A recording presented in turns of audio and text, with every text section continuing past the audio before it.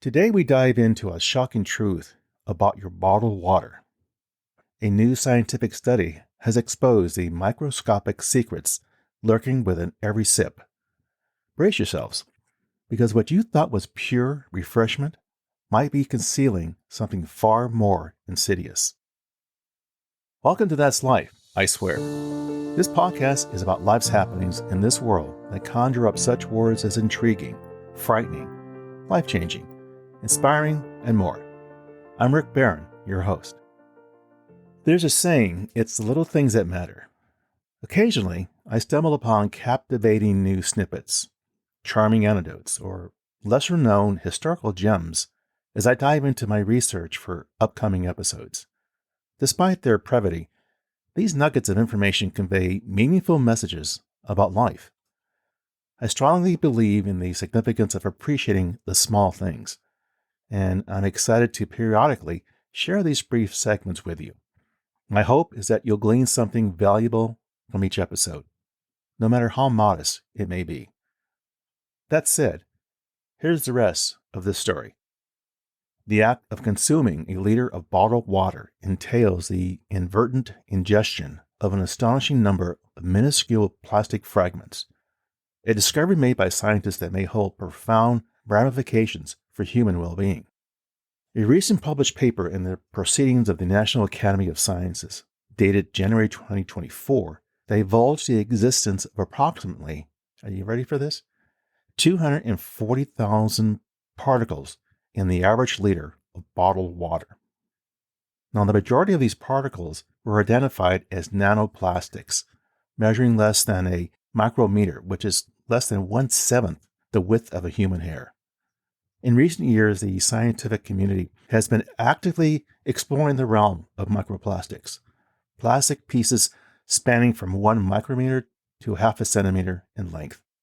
These minute shards of plastic have been discovered in diverse environments, from the deepest recesses of the ocean to the frigid expanses of Antarctic sea ice, and even within the human placenta. These particles emulate from laundry machines, seep into soils, and infiltrate wildlife. Microplastics permeate the food we consume and the water we drink.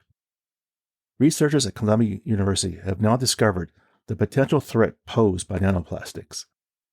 Wei Men, a chemistry professor at Columbia and one of the authors of the groundbreaking paper, stated, "Whatever microplastics is doing to human health, I will say nanoplastics are going to be even more dangerous."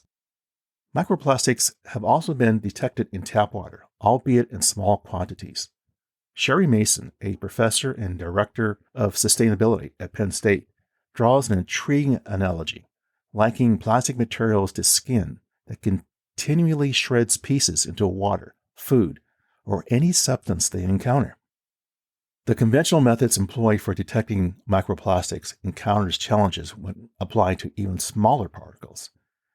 However, Men's innovative approach involving the use of dural lasers aimed at a sample to observe molecular resonance enabled the identification of 7 types of plastic molecules in a sample of 3 types of bottled water. Naiji Jian, a PhD student in chemistry at Columbia and the primary author of the study, noted the groundbreaking nature of their methodology. While other techniques had previously identified nanoplastics, the Columbia study provides a precise quantification that was previously lacking.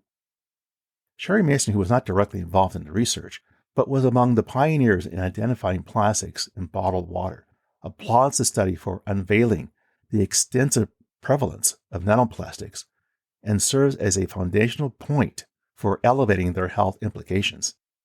She emphasizes the misconception that visible plastics are the primary concerns, whereas it is the invisible plastics that should invoke the greatest concern. The research identified fragments of PET, the material commonly used in plastic water bottles, and polyamide, a plastic type found in water filters. The researchers hypothesized that plastic infiltrates the water both from the bottle and during the filtration process. The potential dangers of tiny plastics to human health remain uncertain. In a comprehensive review published by the World Health Organization in 2019, there was an acknowledgement of insufficient conclusive evidence linking microplastics in water to human health. Now, in theory, nanoplastics being small enough to infiltrate a person's blood, liver, and brain pose a potentially greater risk than microplastics. The latest research indicates that 90% of plastic particles in the sample were nanoplastics, while only 10% were larger microplastics. That is astonishing. Establishing a clear connection between microplastics and human health complications is intricate due to the vast array of plastic types and over 10,000 chemicals used in their manufacturing. I mean, think about that. Despite ongoing marketing efforts persuading people that bottled water is superior, Mason warns against the hidden reality of what is being consumed in addition to pure water.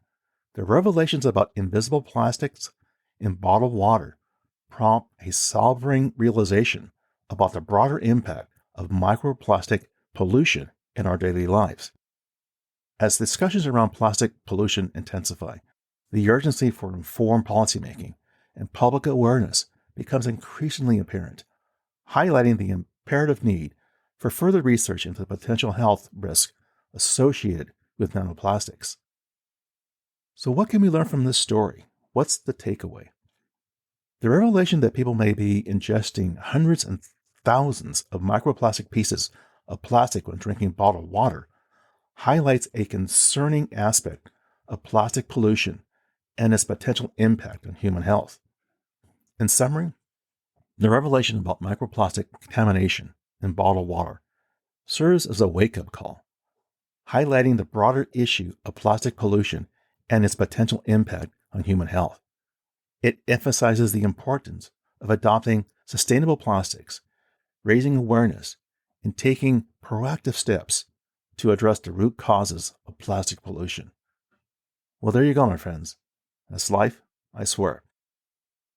For further information regarding the material covered in this episode, I invite you to visit my website, which you can find on either Apple Podcasts or Google Podcasts, for show notes calling out key pieces of content mentioned and the episode transcript. As always, I thank you for listening and your interest. Be sure to subscribe here or wherever you get your podcasts so you don't miss an episode. See you soon.